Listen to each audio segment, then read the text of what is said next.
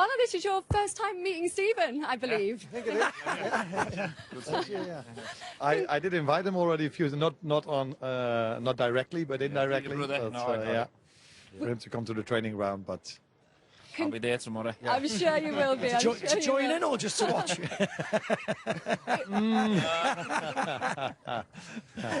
It's going to be a great mood at that training ground tomorrow after that win tonight. It really felt like the result was the most important thing tonight. But what did you like about the performance and the improvements you saw? No, what I like most was that I think everybody here felt the importance of the game. And I'm talking about my players and I'm talking about the fans. So from start to finish, players showed up. Although in the last few games we've played in the first 5 minutes, we always conceded. And they had their chance, which hit the post. But I think, like I said, the fans and the players felt that this was the moment today to show that we're still there. And we were just talking before you arrived about the timing of that first goal. Just how key was that, given the way that the first half went, and how much did that change your team talk at half-time and improve that mood in the dressing room? Oh, but goals make a lot of difference in football. So I'm not too sure, but maybe in other games we've created more chances than we did today. But it wasn't the first time, by the way, that we created a chance by a high press. And, yeah, a mistake from them gave us the lead. And second half, another goal, a clean sheet. Like I said, we were ready for it today, I think. Against a team, by the way, that was in a very, very, very good form. So, good result. How have you been personally these last couple of weeks? I mean, I know you've come out and done media and the press, and of course you've said all the right things, of course. But how have you been? Not everybody agrees with you. But there's a lot of people who speak a lot of things. We've said that already today before the game. But how have you been? Because this is your first sort of setback at Liverpool. Yeah, maybe in general as a manager. Coach, yeah. The good thing is, as a football player, I had many setbacks. So didn't we all? No, but. The margins are small in the Premier League. You see it every single game. And again today as well, because now we're on the good side of things, winning 2-0. But it was, again, a close call, like our other games were as well. And I think what you have to do is address what goes well, address what doesn't go well. And in other games, we've sometimes conceded sloppy goals. And today, of course, a big difference between the other games is not conceding a set piece. And all of that is helpful if you want to win a game of football, because every Premier League game is almost at the moment about set pieces. Yeah. Arne, can I ask you about the midfield three? Yeah. I thought they were brilliant tonight, and you criticised in recent weeks of conceding from counter-attacks, but I thought the balance was really good. And it was against a real test against Onana and Kamara. Was you happy with them? Yeah, because they bring extra players to the midfield as well with their wingers. So no, I think they played a very good game. As a team and individually. So it was a good performance, not only from the midfield. I think I saw some other outstanding performances as well. But this is also what you need if you want to win a game in the Premier League. You need a good balance in set pieces and you need very good performances. Otherwise, other teams have too much quality to hurt you. Can I just ask you about Gravenberch, the importance of him today, and how does that affect his minutes going into Real Madrid? Obviously, he came back probably man of the match today. I thought he was outstanding again. Does that affect his minutes against Real Madrid? Depends on how his ankle feels now. It's of course a difference if you've been out with a muscle injury or with an ankle injury. So I think he's able to go again, but we have to see how he comes out of this game.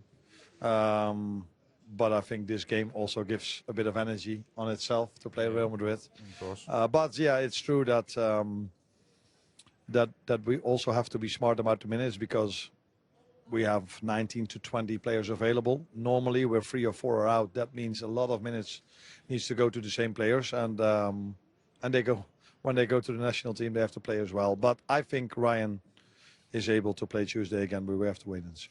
And Mo Salah, of course, has had his share of criticism this season as well, but scored his 250th goal for Liverpool in all competitions. That's something that should really be celebrated.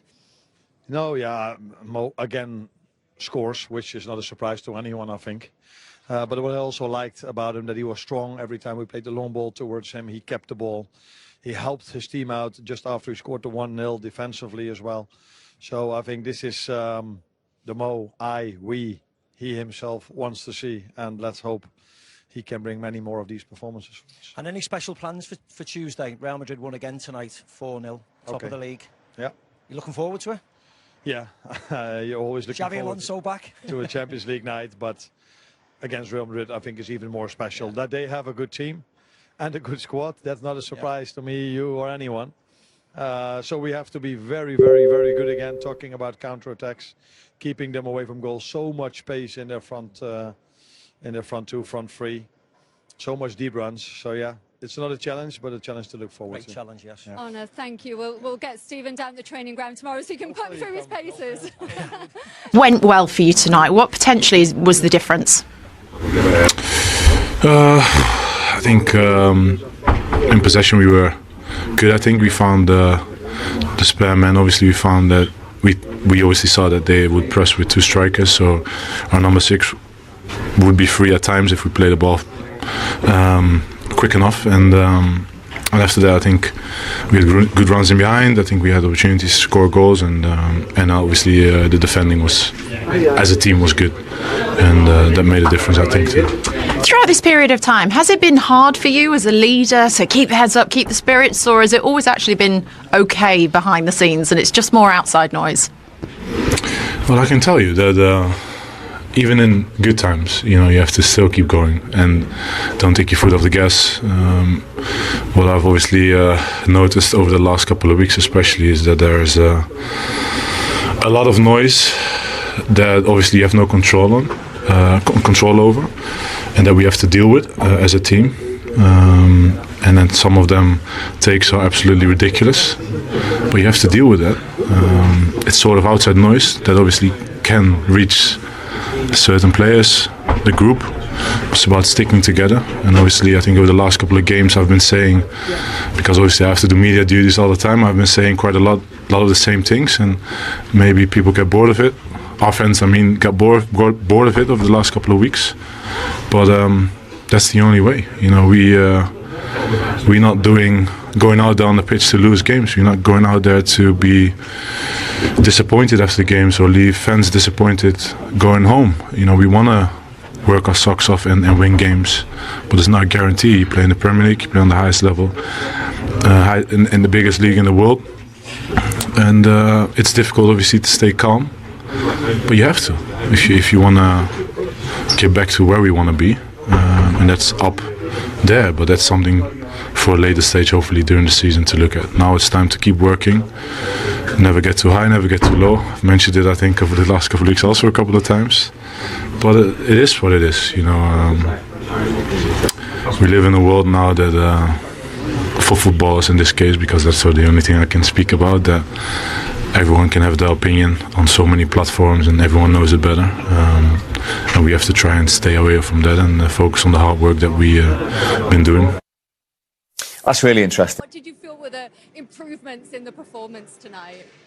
I felt they were physical today. I felt like the steel was back, the work rate, the intensity out of possession, and I think all the good stuff come on the back of that. I think Villa were their own victims, really, overplaying in the build, too many mistakes there. The tactics weren't wrong from Aston Villa. I thought the manager got the tactics really well, spot on, started the game well, but too many mistakes in the build-up, and Liverpool punished them in the end for it. When we were watching, Stephen used the word very professional from Liverpool tonight. Maka, do you agree with that? Yeah, they're back at Anfield, where they are very comfortable. I know they lost the last game, but they could have easily scored 3-4 in that particular game. So to get back here in front of the crowd, big performances by big individuals. I thought Mo was excellent. Szoboszlai yet again was brilliant.